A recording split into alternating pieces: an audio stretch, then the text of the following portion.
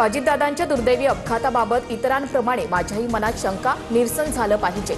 मोदी शहांकडून तपासाबाबत निष्पक्ष आणि सखोल तपासाचे आदेश.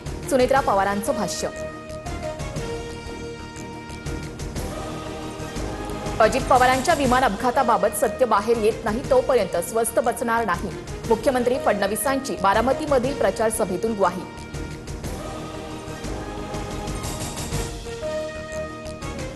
सीएसएमटी स्थानकात एकाच प्लॅटफॉर्मवर 2 लोकल आमने सामने. मोटरमनचं प्रसंगवधान. थोडक्यात अपघात टळला. स्टेशन मास्तर निलंबित. घटनेनंतर काही काळ लोकल सेवा विस्कळीत होती.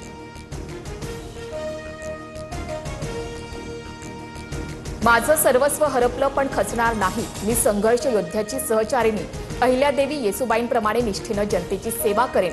प्रचाराच्या सांगता सभेत सुनेत्रा पवार भाऊक. अजितदादांचं स्वप्न पूर्ण करण्याची सगळी क्षमता सुनेत्रा वहिनींमध्ये. 23 तारीख दादांना खरी श्रद्धांजली देण्याची तारीख. संपूर्ण भारतात गाजेल असा विजय करा. फडणवीसांचं बारामतीकरांना भावनिक आवाहन.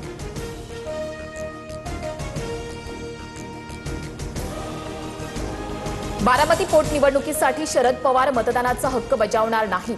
प्रकृती बिघडल्यानं रुग्णालयामध्ये ऍडमिट. मुंबई बाहेर जाण्यास मनाई. ट्विट करत माहिती. सुनेत्रा पवारांना विजयी करण्याचं आवाहन.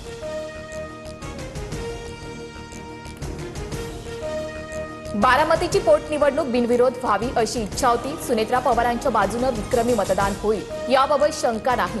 अजितदादांना मतदानातून श्रद्धांजली द्या. सुप्रिया सुळेंचं बारामतीकरांना आवाहन.